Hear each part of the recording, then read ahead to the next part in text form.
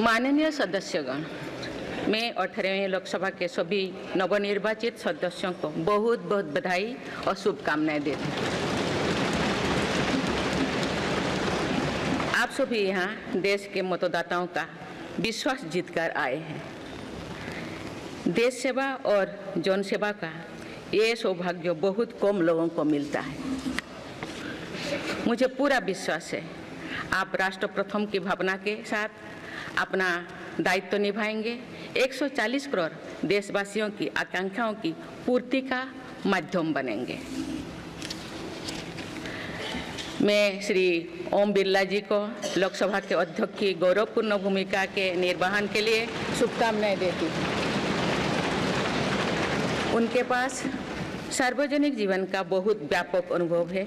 मुझे विश्वास है कि वे लोकतांत्रिक परंपराओं को अपने कौशल से नई ऊंचाई से देने में सफल होंगे। माननीय सदस्यगण, मैं आज कोटि कोटि देशवासियों को की तरफ से भारत के चुनाव आयोग का भी आभार व्यक्त करती हूँ। ये दुनिया का सबसे बड़ा चुनाव था। करीब 64 करोड़ मतदाताओं ने उत्साह और उमंग के साथ अपना कर्तव्य निभाया है। इस बार भी महिलाओं ने बढ़ चढ़कर मतदान में हिस्सा लिया है। इस चुनाव की बहुत सुखद तस्वीर जम्मू कश्मीर में भी सामने आए हैं। कश्मीर घाटी में वोटिंग के अनेक दशकों के रिकॉर्ड टूटे हैं। बीते 4 दशकों में कश्मीर में हमने बंद और हड़ताल के बीच कम मतदान का दौर ही देखा था। भारत के दुश्मन इसको वैश्विक मंचों पर जम्मू कश्मीर की राय के रूप में दुष्प्रचारित करते रहे, लेकिन इस बार कश्मीर घाटी ने देश और दुनिया में ऐसे हार ताकत को करारा जवाब दिया है। पहली बार इस लोकसभा चुनाव में घर पर जाकर भी मतदान कराया गया है। मैं लोकसभा चुनाव से जुड़ी हर कर्मी को सराहना करती हूं और अभिनंदन करती हूं। माननीय सदस्यगण, 2024 के लोकसभा चुनाव की चर्चा आज पूरी दुनिया में हो रही है। दुनिया देख रही है कि भारत के लोगों में लगातार तीसरी बार स्थिर और स्पष्ट बहुमत की सरकार बनाई है।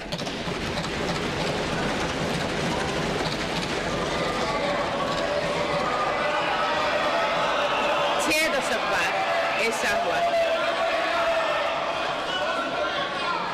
दशक बाद ऐसा हुआ है। ऐसा समय में जो भारत के लोगों की आकांक्षाएं सर्वोच्च स्तर पर है, लोगों ने मेरी सरकार पर लगातार तीसरी बार भरोसा जताया है।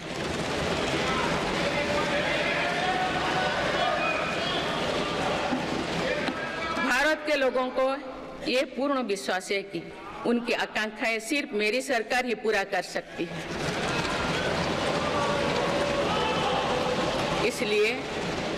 इसलिए 2024 का ये चुनाव नीति, नियत, निष्ठा और निर्णयों पर विश्वास का चुनाव रहा है।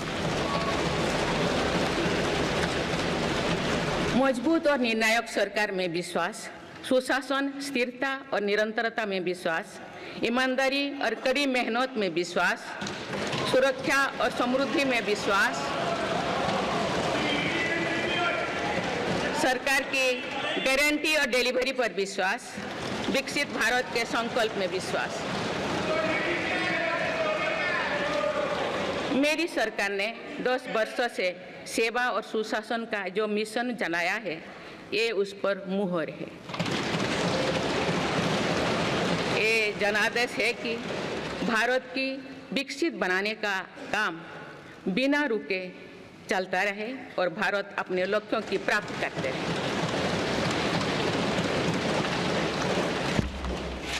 माननीय सदस्यगण, 18वीं लोकसभा कई मायनों में एक ऐतिहासिक लोकसभा है। ये लोकसभा अमृतकाल के शुरुआती वर्षों में गठित हुई है। ये लोकसभा देश के संविधान को अपनाने के 75वें वर्षों की भी साक्षी बनेगी।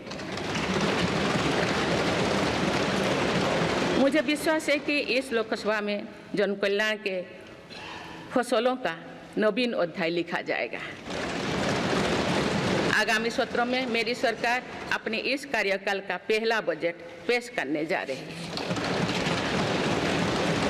ये बजट सरकार की दूरगामी नीतियों और फ्यूचरिस्टिक विजन का एक प्रभावी दस्तावेज होगा। इस बजट में बड़े आर्थिक और सामाजिक निर्णयों के साथ ही अनेक ऐतिहासिक कदम भी देखने को मिलेंगे। भारत के तेज विकास की जन आकांक्षाओं का पूरा करने के लिए रिफॉर्म्स की गति अब और तेज की जाएगी। मेरी सरकार का मत है कि दुनिया भर में निवेशकों को आकर्षित करने के लिए राज्यों में स्वस्थ स्पर्धा हो। यही कॉम्पिटिटिव कोऑपरेटिव फेडरलिज्म की सच्ची स्पिरिट है। राज्यों के विकास से देश का विकास, इसी भावना के साथ हम आगे बढ़ते रहेंगे। माननीय सदस्यगण, रिफॉर्म, परफॉर्म और ट्रांसफॉर्म के संकल्प ने आज भारत को दुनिया की सबसे तेजी से बढ़ने वाली अर्थव्यवस्था बना दिया है। 10 साल में भारत 11वें नंबर की अर्थव्यवस्था से ऊपर उठकर 5वें नंबर पर पहुंचा है। साल 2021 से लेकर साल 2024 के बीच भारत में औसतन 8% की रफ्तार से विकास किया है और ये ग्रोथ सामान्य समय में नहीं हुई है। बीती वर्षों में हमने 100 साल की सबसे बड़ी आपात देखी। वैश्विक महामारी के कालखंड और विश्व के अलग अलग कोने में चल रही संघर्षों के बावजूद भारत ने ये विकास दर हासिल की है। ये बीते 10 साल के रिफॉर्म्स और राष्ट्रहित में के लिए किए गए फैसला के कारण संभव है।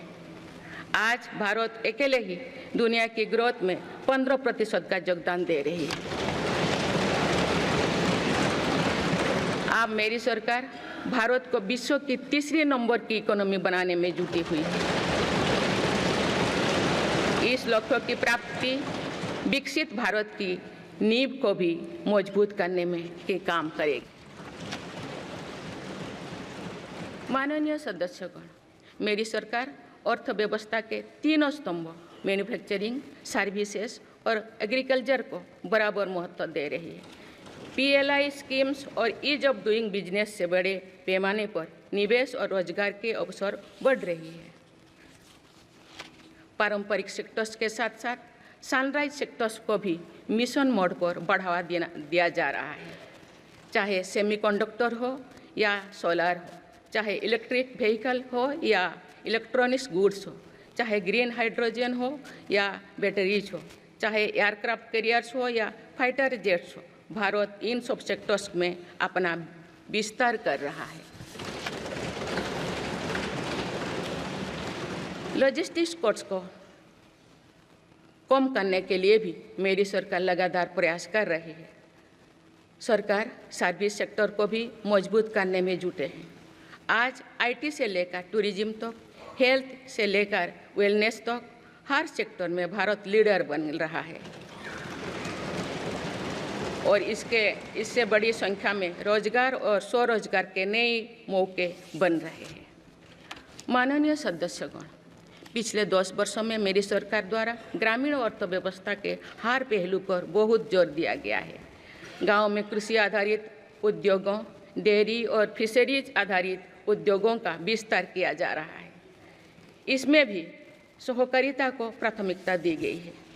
सरकार किसानों उत्पाद संघ, FPO और FACTS जैसे सरकारी संगठनों का एक बड़ा नेटवर्क बना रही है। छोटे किसानों की बड़ी समस्या भंडारण से जुड़े होती है, इसलिए मेरी सरकार ने सहकारिता क्षेत्र में दुनिया की सबसे बड़ी भंडारण योजना पर काम शुरू कर चुकी है। किसान अपने छोटे खर्चे पूरे करने के लिए इसके लिए PM किसान सम्मान निधि के तहत उन्हें 3,20,000 करोड़ रुपये से ज़्यादा राशि दे सकते हैं। मेरी सरकार के नए कार्यकाल के शुरुआत दिनों से ही किसानों को 20,000 करोड़ रुपया से अधिक की राशि ट्रांसफर की जा चुकी है। सरकार ने खरीफ फसलों के लिए एमएसपी में भी रिकॉर्ड वृद्धि की है। माननीय सदस्यगण, आज का भारत अपनी वर्तमान जरूरतों को ध्यान में रखते हुए अपनी कृषि व्यवस्था में बदलाव कर रहा है। हम ज़्यादा से ज़्यादा आत्मनिर्भर हो और ज़्यादा से ज़्यादा निर्यात से किसानों की आमदनी बढ़े, इस सोच के साथ नीतियाँ बनाई गई है, निर्णय लिए गए हैं। जैसे भारत दलहन और तिलहन में दूसरे देशों पर निर्भरता कम करने के लिए देश के किसानों को हर संभव मदद दे रहे हैं।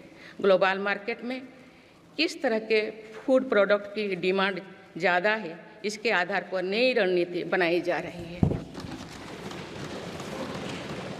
आजकल ऑर्गेनिक उत्पादों को लेकर दुनिया में डिमांड तेजी से बढ़ रही है। भारत के किसानों के पास इस डिमांड को पूरा करने के पूरा भरपूर क्षमता है। इसलिए सरकार प्राकृतिक खेती और इससे जुड़ी उत्पादों की सप्लाई चेन को सशक्त कर रही है। ऐसे प्रयासों से किसानों का खेती पर होने वाला खर्च भी कम होगा और उनकी आय भी और बढ़ेगी। माननीय सदस्यगण, आज का भारत दुनिया की चुनौतियां बढ़ाने के लिए नहीं बल्कि दुनिया को समाधान देने के लिए माना जाता है। विश्व बंधु के तौर पर भारत ने अनेक वैश्विक समस्याओं के समाधान को लेकर पहल की है। जलवायु परिवर्तन से लेकर खाद्य सुरक्षा तक, पोषण से लेकर सस्टेनेबल एग्रीकल्चर तक हम अनेक समाधान दे रही है। हमारे मोटे अनाज श्री अन्न की पहुंच सुपर फूड के तौर पर दुनिया के कोने कोने में हो, इसके लिए भी अभियान चल रहा है। भारत की पहल पर पूरी दुनिया ने वर्ष 2023 में इंटरनेशनल मिलेट्स ईयर मनाया है। आपने देखा है, हाल ही में पूरी दुनिया ने अंतर्राष्ट्रीय योग दिवस भी मनाया है। भारत की इस महान परंपरा की प्रतिष्ठा विश्व में लगातार बढ़ रही है। योग और आयुष को बढ़ावा देकर भारत एक स्वस्थ विश्व के निर्माण में मदद कर रही है। मेरी सरकार ने रिन्यूएबल एनर्जी की क्षमता भी कई गुना बढ़ाई है। हम जलवायु से जुड़े लक्ष्यों को निर्धारित समय से पहले प्राप्त करने की दिशा दिखा रहा है। नेट जीरो के लिए आज भारत के प्रयास कई दूसरे देशों को प्रेरित कर रहे हैं। इंटरनेशनल सोलर अलायंस जैसे पहल पर आज रिकॉर्ड संख्या में दुनिया के देश हमारे साथ जुड़े हैं। माननीय सदस्यगण, आने वाला समय ग्रीन एरा यानी हरित युग का है। मेरी सरकार इसके लिए भी हर जरूरी कदम उठा रही है। हम हरित उद्योगों पर निवेश बढ़ा रहे हैं, जिससे ग्रीन जॉब्स भी बढ़े हैं। ग्रीन एनर्जी हो या फिर ग्रीन मोबिलिटी, हर मोर्चे पर हम बड़े लक्ष्यों के साथ काम कर रहे हैं। मेरी सरकार अपने शहरों को दुनिया के बेहतरीन लिविंग स्पेस बनाने के लिए भी प्रतिबद्ध है। प्रदूषण से मुक्त, साफ सुथरे और सुविधा युक्त शहरों में रहना भारत के नागरिकों का हक है। विशेष रूप से छोटी शहरें और कस्बे में बीते 10 वर्षों से अभूतपूर्व निवेश किया गया है। भारत में आज दुनिया का तीसरे सबसे बड़ा डोमेस्टिक एविएशन मार्केट है। अप्रैल 2014 में भारत में सिर्फ 209 एयरलाइन रूट्स थे। अप्रैल 2024 में इनकी संख्या बढ़कर 605 हो गया है। हवाई यात्रा में हो रहे इस विस्तार का सीधा लाभ टियर 2, टियर 3 शहरों को हो रहा है। 10 वर्षों में देश के 21 शहरों तक मेट्रो सुविधाएं पहुंची है। वंदे मेट्रो जैसे कई योजनाएं पर काम चल रही है। भारत का पब्लिक ट्रांसपोर्ट दुनिया में बेहतरीन हो, इस लक्ष्य के साथ मेरी सरकार काम कर रही है। माननीय सदस्यगण, मेरा सरकार इन आधुनिक मापदंड पर काम कर रही है, जिससे भारत विकसित देश के सामने बराबरी से खड़े हो सके। इंफ्रास्ट्रक्चर का विकास इस दिशा में बदलते भारत की नई तस्वीर के रूप में उभारा है। मेरी सरकार ने 10 वर्षों में पीएम ग्रामीण सड़क योजना के तहत गांव में 3,80,000 किलोमीटर से ज़्यादा सड़कें बनाई। आज भारत में नेशनल हाईवेज और एक्सप्रेसवेज का जाल बिछ रहा है। नेशनल हाईवेज बनाने की गति में भी 2 गुनी से अधिक की वृद्धि हुई है। अहमदाबाद मुंबई के बीच हाई स्पीड रेल इकोसिस्टम का निर्माण कार्य भी तेजी से आगे बढ़ रहा है। मेरी सरकार ने उत्तर, दक्षिण और पूर्वी भारत के बुलेट ट्रेन कॉरिडोर्स के लिए फिजिबिलिटी स्टडीज शुरू करने का फैसला किया है। पहली बार देश में अंतर्देशीय जलमार्गों के विकास पर इतने व्यापक रूप से काम शुरू हुआ है। इसका बड़ा लाभ नॉर्थ ईस्ट को होगा। मेरी सरकार ने नॉर्थ ईस्ट के विकास के लिए 10 वर्षों में आवंटन में 4 गुना से अधिक की वृद्धि की है। सरकार इस क्षेत्र को एक्ट ईस्ट पॉलिसी के तहत स्ट्रेटेजिक गेटवेज बनाने के लिए काम कर रही है। नॉर्थ ईस्ट में हर तरह की कनेक्टिविटी का बढ़ाया जा रहा है। शिक्षा, स्वास्थ्य, पर्यटन, रोजगार, हर क्षेत्र में विकास कार्यों को आगे बढ़ाया जा रहा है। असम में 27,000 करोड़ रुपया की लागत से सेमीकंडक्टर प्लांट बनाया जा रहा है। यानी north east made in India chips को भी सेंटर होने वाला है। मेरी सरकार नॉर्थ ईस्ट में स्थायी शांति के लिए निरंतर काम कर रही है। पिछले इस 10 वर्षों में अनेक पुराने विवादों को हल किया गया, अनेक अहम समझौते हुए हैं।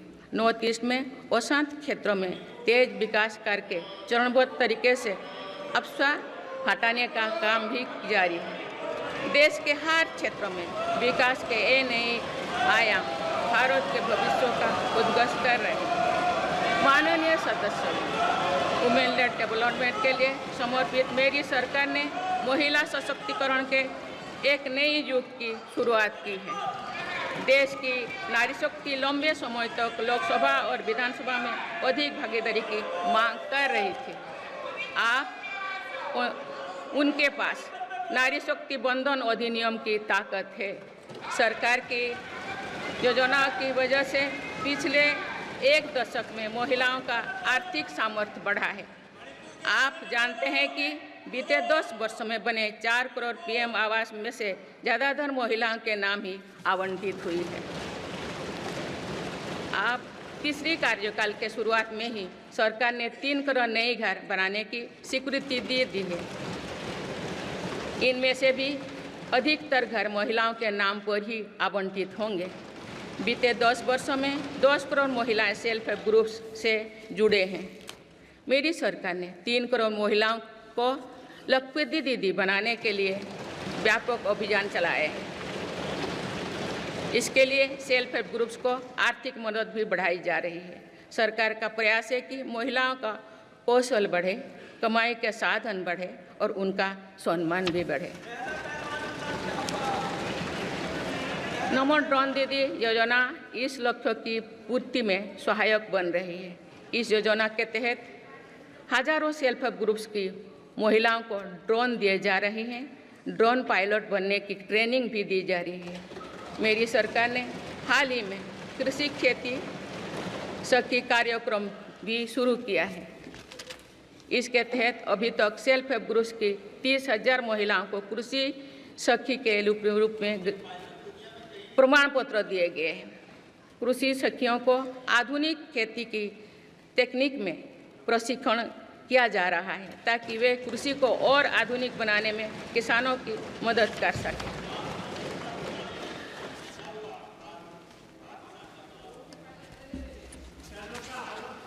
माननीय सदस्यगण, मेरी सरकार का ये भी प्रयास है कि महिलाएं अधिक से अधिक बचत कर सकें। बैंक खातों में जमा राशि पर बेटियों को ज़्यादा ब्याज देने वाला सुकन्या समृद्धि योजना की लोकप्रियता से हम परिचित हैं। मुफ्त राशन और सस्ते गैस सिलेंडर की योजना से महिलाओं को बहुत लाभ हो रहा है। अब मेरी सरकार बिजली का बिल जीरो करने और बिजली बेचकर कमाई करने की योजना भी लाई है। पीएम सूर्यघर मुफ्त बिजली योजना के तहत घर की छत पर सोलर पैनल लगाए जा रहे हैं। इसके लिए मेरी सरकार प्रति परिवार 78,000 रुपया तक की मदद कर रही है। इतने कम समय में 1 करोड़ से ज़्यादा परिवार इन योजना में रजिस्टर कर चुके हैं। जिन घरों में सोलर पैनल लग चुके हैं, अब वहां बिजली का बिल जीरो हो गया है। माननीय सदस्यगण, विकसित भारत का निर्माण तभी संभव है जब देश के गरीब, युवा, नारी शक्ति और किसान सशक्त होंगे। इसलिए मेरी सरकार की योजनाओं में सर्वोच्च प्राथमिकता इन्हीं 4 स्तंभों को दी जा रही है। हमारी कोशिश इन तो हर सरकारी योजना का लाभ पहुंचाने की है और यही सैचुरेशन को की अप्रोच भी है। जो भारत इस इच्छा शक्ति के साथ काम कर रही है कि सरकारी योजना से एक भी व्यक्ति छूटे नहीं, तो इसका लाभ सभी को होता है। सरकार की योजनाओं एवं सैचुरेशन अप्रोच के कारण ही 10 वर्षों में 25 करोड़ भारतीय गरीबी से बाहर निकले हैं। इसमें अनुसूचित जाति, अनुसूचित जनजाति, पिछले वर्ग, हर समाज, हर क्षेत्र के परिवार है। 10 वर्षों में लास्ट माइल डिलीवरी पर फोकस ने इन वर्गों का जीवन बदल दिया है। विशेषकर आदिवासी समाज में ये बदलाव और भी स्पष्ट नजर आ रहा है। 24,000 करोड़ रुपया से अधिक की पीएम जनमन जैसी योजना आज अति पिछड़े जनजातीय समूह के उत्थान का माध्यम बन रही है। सरकार पीएम सूरज पटल के माध्यम से वंचित वर्गों तक आजीविका के अवसरों को पहुंचाने के लिए सुलभ ऋण भी उपलब्ध करा रही है। मेरी सरकार दिव्यांग भाइयों और बहनों के लिए किफायती और स्वदेशी सहायक उपकरण विकसित कर रही है। देश भर में प्रधानमंत्री दिव्याशा केंद्रों का भी विस्तार किया जा रहा है। वंचितों की सेवा का ये संकल्प ही सच्चा सामाजिक न्याय है। माननीय सदस्यगण, देश की श्रम शक्ति के सम्मान के लिए श्रमिक बंधुओं का कल्याण और सशक्तिकरण मेरी सरकार की प्राथमिकता है। मेरी सरकार श्रमिकों के लिए सामाजिक सुरक्षा योजनाओं को एकीकृत कर रही है। डिजिटल इंडिया तथा डाकघरों के नेटवर्क का उपयोग करके दुर्घटना और जीवन बीमा के कवरेज को बढ़ाने का काम हो रहा है। पीएम स्वनिधि का विस्तार किया जाएगा और ग्रामीणों और सेमी अर्बन क्षेत्रों के रेहड़ी पटरी वाले भाइयों बहनों को भी इसके दायरे में लाया जाएगा। माननीय सदस्यगण, बाबा साहेब डॉक्टर भीमराव अंबेडकर का मानना था कि किसी भी समाज की प्रगति समाज के निचले तबके की प्रगति पर निर्भर करती है।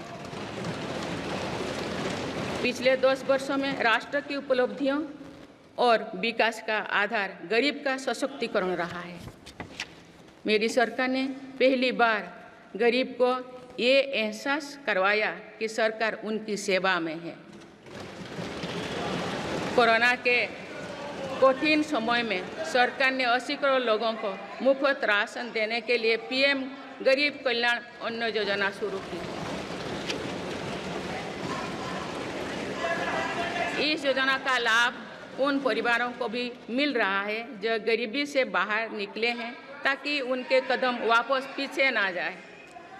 स्वच्छ भारत अभियान में भी गरीब के जीवन की गरिमा से लेकर उसके स्वास्थ्य तक का राष्ट्रीय महत्व का विषय बनाया है। पहली बार देश में करोड़ों गरीबों के लिए शौचालय बनाया गया है। ये प्रयास हमें आश्वस्त करते हैं कि देश आज महात्मा गांधी के आदर्शों का सच्चे अर्थों में अनुसरण कर रहा है। मेरी सरकार 55 करोड़ लाभार्थियों को आयुष्मान भारत योजना के तहत मुफ्त स्वास्थ्य सेवाएं भी उपलब्ध करवाए हैं। देश में 25,000 जन औषधि केंद्रों को खोलने का काम भी तेजी से चल रहा है। आप इस क्षेत्र में सरकार एक और निर्णय लेने जा रही है। आप आयुष्मान भारत योजना के तहत मुफ्त इलाज का लाभ 70 वर्ष से अधिक उम्र के सभी बुजुर्गों को भी मिलेगा। माननीय सदस्यगण, अक्सर विरोधपूर्वक मानसिकता और संकीर्ण स्वार्थों के कारण लोकतंत्र की मूल भावना का बहुत अहित हुआ है। इसका प्रभाव संसदीय प्रणाली पर भी पड़ता है और देश की विकास यात्रा पर भी पड़ता है। देश में कई दशकों तक अस्थिर सरकार के दौर में कई सरकारें चाहते हुए भी ना रिफॉर्म कर पाए और ना ही आवश्यक निर्णय ले पाए। भारत की जनता ने निर्णायक बनकर इस स्थिति को बदला है। बीते 10 वर्षों में ऐसे अनेक रिफॉर्म्स हुई है जिनका बहुत लाभ देश को आज मिल रहा है।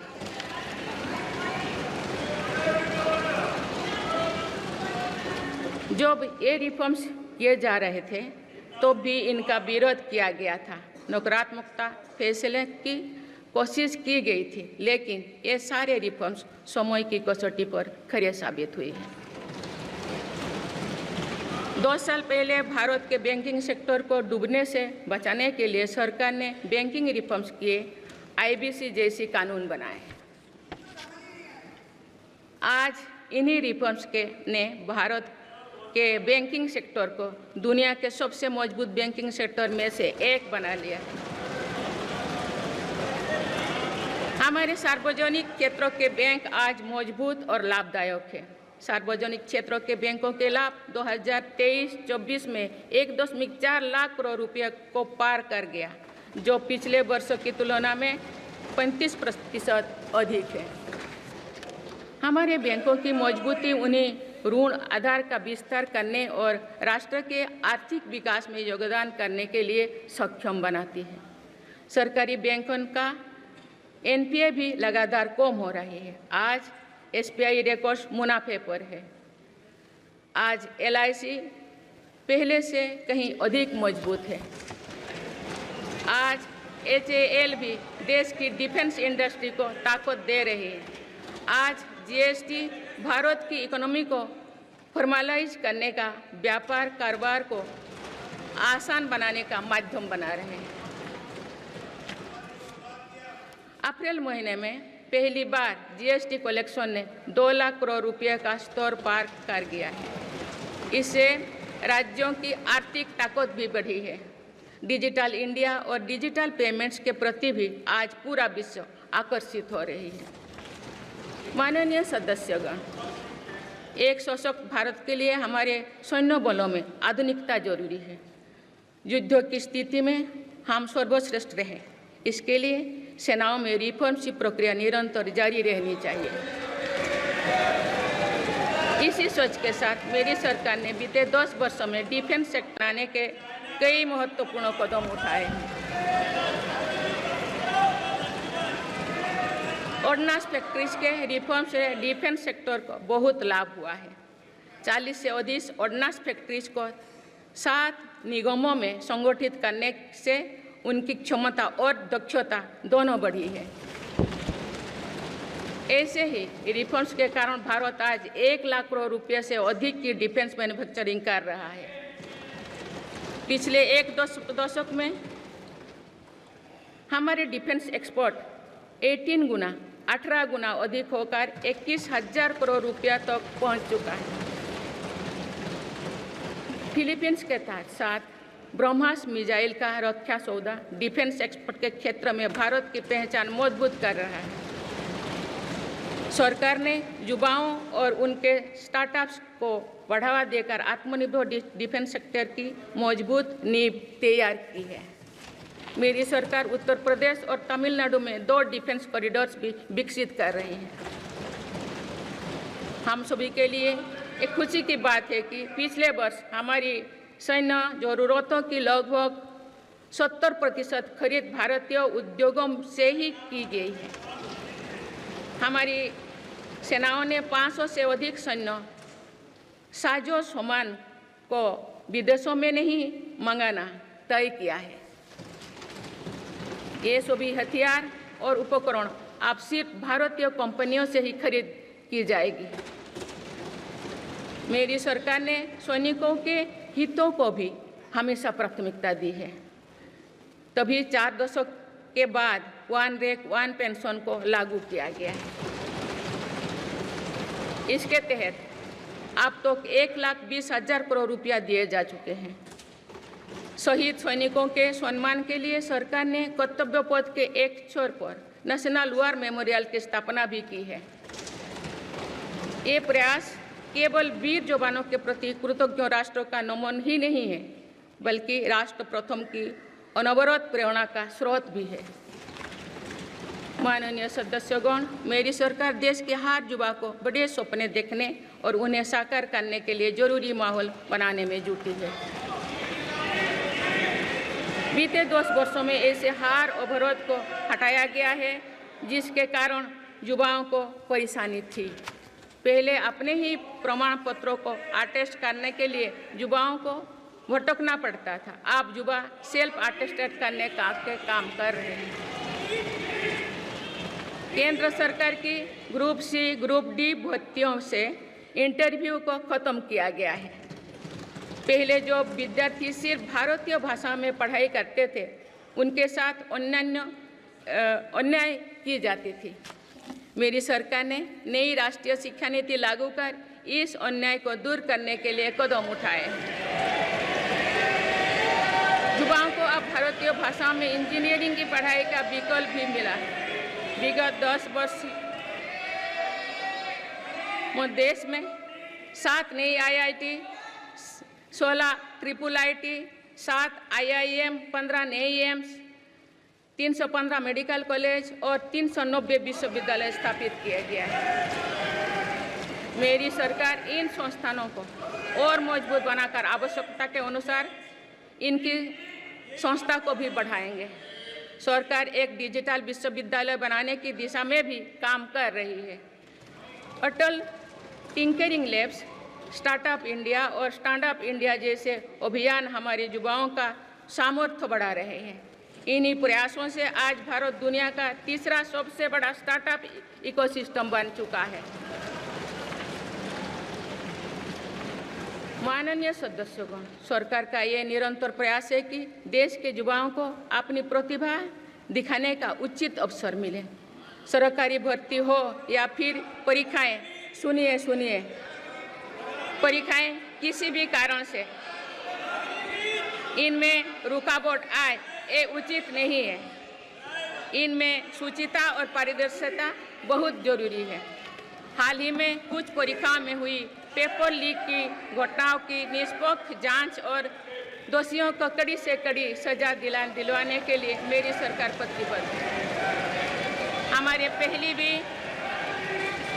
इससे पहले भी हमने देखा है कि कई राज्यों में पेपर लीक की घटनाएं होती रही है।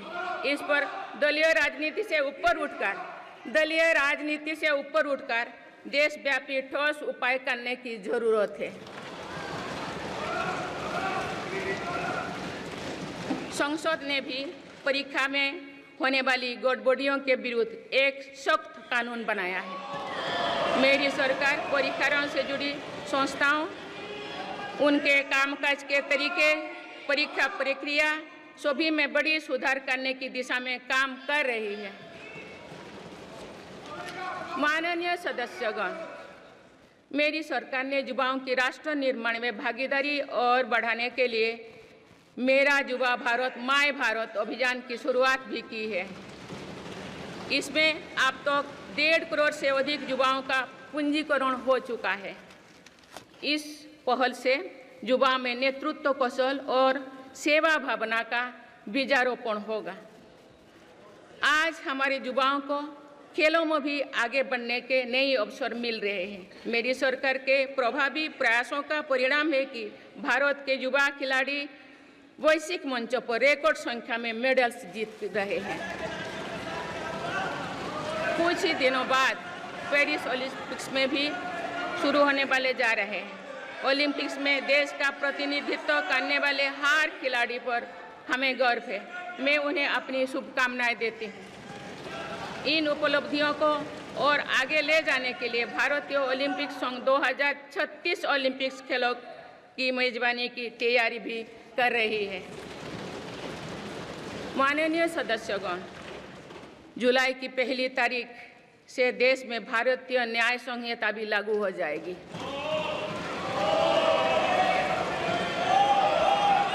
अंग्रेजी राज में गुलामों को दौड़ देने की मानसिकता थी। दुर्भाग्य से आज़ादी के अनेक दशकों तक गुलामी के दौर की यही दंड व्यवस्था चलती रही। इसे बदलने की चर्चा अनेक दशकों से की जा रही थी, लेकिन ये साहस भी मेरी सरकार ने ही करके दिखाए हैं।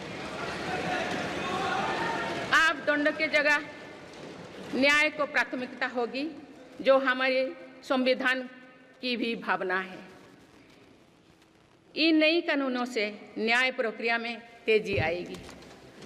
आज जो विदेश अलग अलग क्षेत्रों में गुलामी की मानसिकता से मुक्त पा रहे हैं, तो ये उस दिशा में बहुत बड़ा कदम है और ये हमारे स्वतंत्रता सेनानियों की सच्ची श्रद्धांजलि भी है। मेरा सरकार ने सीएए कानून के तहत शरणार्थियों को नागरिकता देना शुरू कर दिया है। इससे बंटवारे से पीड़ित अनेक परिवारों के लिए सम्मान का जीवन जीना तय हुआ है। जिन परिवारों को सीएए के तहत नागरिकता मिली है, मैं उनके बेहतर भविष्य की कामना करती हूँ।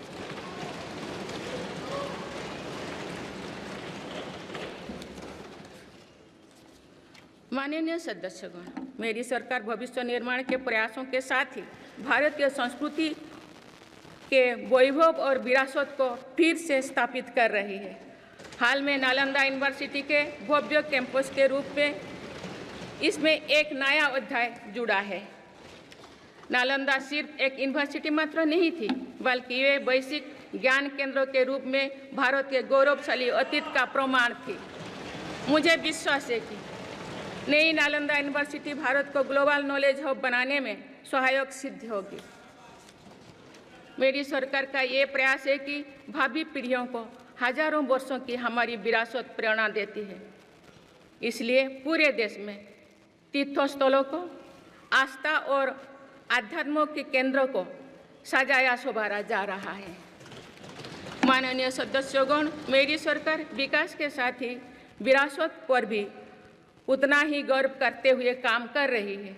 विरासत पर गर्व का ये संकल्प आज अनुसूचित जाति, अनुसूचित जनजाति, वंचित वर्ग और सर्व समाज के गौरव का प्रतीक बन रहा है। मेरी सरकार ने भगवान बिरसा मुंडा के जन्म दिवस को जनजातीय गौरव दिवस के रूप में मनाने की शुरुआत की है। अब अगले वर्ष भगवान बिरसा मुंडा की 150वीं जयंती के पूरे देश में धूमधाम से मनाया जाएगा। देश रानी दुर्गावती की 500वीं जयंती को भी व्यापक स्तर पर मना रहा है। पिछले महीने ही देश ने रानी अहिल्याबाई होलकर की 300वीं जयंती का साल भर चलने वाला महोत्सव भी शुरू किया गया है। इससे पहले सरकार गुरु नानक देव जी का 550वां और गुरु गोविंद सिंह जी का 350वां प्रकाश पर्व भी धूमधाम से मना चुके हैं। एक भारत श्रेष्ठ भारत के भाव से काशी तमिल संगमम, सौराष्ट्र तमिल संगमम जैसे उत्सवों की परिपाटी भी मेरी ही सरकार ने शुरू की है। इन आयोजनों से हमारी नई पीढ़ियों को राष्ट्र निर्माण की प्रेरणा मिलती है और राष्ट्र पर गौरव का भाव और मजबूत होता है। माननीय सदस्यगण, हमारी सफलताएं हमारी साझी धरोहर है, इसीलिए उन्हें अपनाने में संकोच नहीं, स्वाभिमान होना चाहिए। आज अनेक सेक्टर्स में भारत बहुत अच्छा प्रदर्शन कर रहा है। ये उपलब्धियां हमें हमारी प्रगति और सफलताओं पर गर्व करने की अपार अवसर देती है। जो भारत डिजिटल पेमेंट्स के मामले में दुनिया में अच्छा प्रदर्शन करता है, तो हमें गर्व होना चाहिए। जो भारत के वैज्ञानिक चंद्रयान को चंद्रमा के दक्षिणी ध्रुव पर सफलता से उतारते हैं, तो हमें गर्व होना चाहिए। जो भारत दुनिया की सबसे तेज बढ़ती इकोनॉमी बनता है तो हमें गर्व होना चाहिए। जो भारत इतना बड़ा चुनाव अभियान बिना बड़ी हिंसा और अराजकता से पूरा कराए तो भी हमें गर्व होना चाहिए। आज पूरा विश्व हमें मदर ऑफ डेमोक्रेसी के रूप में सम्मान देता है। भारत के लोगों ने हमेशा लोकतंत्र के प्रति अपना पूर्ण विश्वास प्रकट किया है। चुनाव से जुड़ी संस्थाओं पर पूरा भरोसा जताया है। स्वस्थ लोकतंत्र को बनाए रखने के लिए हमें इस विश्वास को सुसह्य कर रखना है, इसकी रक्षा भी करना है। हमें याद रखना होगा, लोकतांत्रिक संस्थाओं और चुनावी प्रक्रिया पर लोगों के विश्वास को चोट पहुंचाना उसी डाल को काटना जैसे जिस पर हम सब बैठे हैं। हमारे लोकतंत्रों की विश्वसनीयता को ठेस पहुंचाने की हर कोशिश की सामूहिक आलोचना होना चाहिए। हम सभी को वो दौर याद है जो बैलेट पेपर छीन लिया जाता था, लूट लिया जाता था। मतदान प्रक्रिया को सुरक्षित बनाने के लिए ईवीएम को अपनाने का फैसला किया गया था। पिछले कई दशकों में ईवीएम में सुप्रीम कोर्ट से लेकर जनता की अदालत तक हर कसौटी को पार किया है। माननीय सदस्यगण, मैं आप सभी सदस्यों से अपनी कुछ और चिंताएं भी साझा करना चाहती हूँ। मैं चाहूँगी कि आप सभी इन विषयों पर चिंतन मनन करके इन विषयों पर ठोस और सकारात्मक परिणाम देश को दें। आज की संचार क्रांति के युग है में विघटनकारी ताकतें लोकतंत्र को कमजोर करने और समाज में दरार डालने की साजिश रच रहे हैं। ये ताकतें देश के भीतर भी है और देश के बाहर भी संचालित हो रहे हैं। इसके द्वारा अफवाह फैलाने का, जनता को भ्रम में डालने का, मिस इन्फॉर्मेशन का सहारा लिया जा रहा है। इस स्थिति को ऐसे ही बेरोक-टोक नहीं चलने दिया जा सकता है। आज के समय में टेक्नोलॉजी हर दिन और उन्नत हो रही है। ऐसे में मानवता के विरुद्ध इनका गलत उपयोग बहुत घातक है। भारत ने विश्व मंच पर भी इन चिंताओं को प्रकट किया है और एक ग्लोबल फ्रेमवर्क की वकालत की है। हम सभी का दायित्व है कि इन प्रवृत्ति को रोकें, इस चुनौती से निपटने के लिए नए रास्ते खोजें। माननीय सदस्यगण, 21वीं सदी के इस तीसरे दशक में आज ग्लोबल ऑर्डर एक नया शक्ल ले रहा है। मेरी सरकार के प्रयासों से आज भारत विश्व बंधु के रूप में दुनिया को नया भरोसा दे रही है। मानव केंद्रित अप्रोच रखने की वजह से भारत आज किसी भी संकट के समय फास्ट रेस्पॉन्डर और ग्लोबल साउथ की बुलंद आवाज़ बना है। कोरोना का महासंकट हो, भूकंप जैसी कोई त्रासदी हो या फिर युद्धों की स्थितियाँ, भारत मानवता को बचाने में आगे रहा है। भारत को देखने का विश्व का नज़रिया कैसे बदला है, ये इटाली में हुई G7 समिट में भी हम सभी ने अनुभव किया है। भारत ने अपनी G20 अध्यक्षता के दौरान भी विश्व को अनेक मुद्दों पर एकजुट किया है। भारत की अध्यक्षता के दौरान ही अफ्रीकन यूनियन को G20 का स्थायी सदस्य बनाया गया है। इससे अफ्रीका महाद्वीप के साथ साथ पूरे ग्लोबल साउथ का भरोसा मजबूत हुआ है। नेबरहुड फर्स्ट पॉलिसी में चलते हुए भारत ने पड़ोसी देशों के साथ अपने रिश्तों को मजबूत किया है। 7 पड़ोसी देशों के नेताओं का 9 जून को केंद्रीय मंत्रिपरिषद के शपथ ग्रहण समारोह में भाग लेना मेरी सरकार की इस प्राथमिकता दर्शाते हैं। भारत सबका साथ सबका विकास की भावना के साथ इंडो पैसिफिक क्षेत्रों के देश के साथ भी सहयोग बढ़ा रही है। पूर्वी एशिया हो या फिर मिडिल ईस्ट और यूरोप, मेरी सरकार कनेक्टिविटी पर बहुल बल दे रही है। भारत के विजन ने ही India Middle East Europe economic corridor को आकार देना शुरू किया है।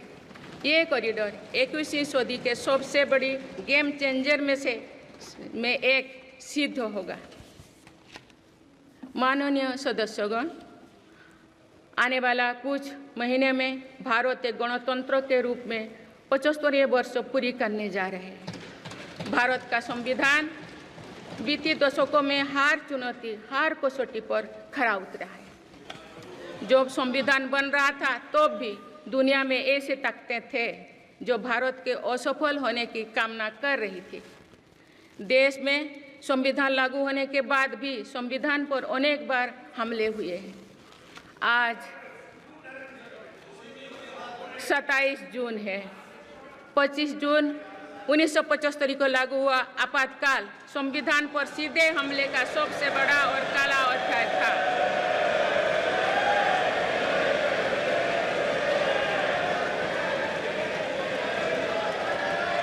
तो पूरे देश में हाहाकार मच गया था, लेकिन ऐसी असंवैधानिक ताकतों पर देश ने विजय प्राप्त करके दिखाया, क्योंकि भारत के मूल में गणतंत्र की परंपराएं रही है। मेरी सरकार भी भारत के संविधान को सिर्फ राजकाज का माध्यम भर नहीं मानती, बल्कि हमारा संविधान जन चेतना का हिस्सा हो, इसके लिए हम प्रयास कर रहे हैं। इसी ध्येय के साथ मेरी सरकार ने 26 नवंबर को संविधान दिवस के रूप में मानना शुरू किया है। आप भारत के उस भूभाग हमारे जम्मू कश्मीर में भी संविधान पूरी तरह लागू हो गया है, जहां आर्टिकल 370 की वजह से स्थितियां कुछ और थी। माननीय सदस्यगण, राष्ट्र की उपलब्धियों के निर्धारण इस बात से होता है कि हम अपने दायित्वों का निर्वहन कितनी निष्ठा से कर रहे हैं। 18वें लोकसभा में कई नए सदस्य पहली बार संसदीय प्रणाली का हिस्सा बने हैं। पुराने सदस्य भी नए उत्साह के साथ आए हैं। आप सभी जानते हैं कि आज का समय हर प्रकार से भारत के लिए बहुत अनुकूल है। आने वाले वर्षों में भारत की सरकार और संसद का क्या निर्णय लेती है, क्या नीतियां बनाती है, इस पर पूरा विश्व की नज़र है। इस अनुकूल समय का अधिक से अधिक लाभ देश को मिले, ये दायित्व सरकार के साथ साथ संसद के हर सदस्यों का भी होना चाहिए। पिछले 10 वर्षों में जो रिफॉर्म्स हुई है, जो नया आत्मविश्वास देश में आया है, इससे हम विकसित भारत बनाने के लिए नई गति प्राप्त कर चुके हैं। हम सभी को ये हमेशा ध्यान रखना है कि विकसित भारत का निर्माण देश के हर नागरिक की आकांक्षा है, संकल्प भी है। इस संकल्प की सिद्धि में अवरोध पैदा ना हो, ये हम सभी का दायित्व है भी, कर्तव्य भी है। नीतियों का विरोध और संसदीय कामकाज का विरोध दो भिन्न बातें हैं। जब संसद सुचारू रूप से चलती है, जब यहाँ स्वस्थ चर्चा परिचर्चा होती है, जब दूरगामी निर्णय होते हैं, तब लोगों का विश्वास सिर्फ सरकार ही नहीं, पूरी व्यवस्था पर बनता है।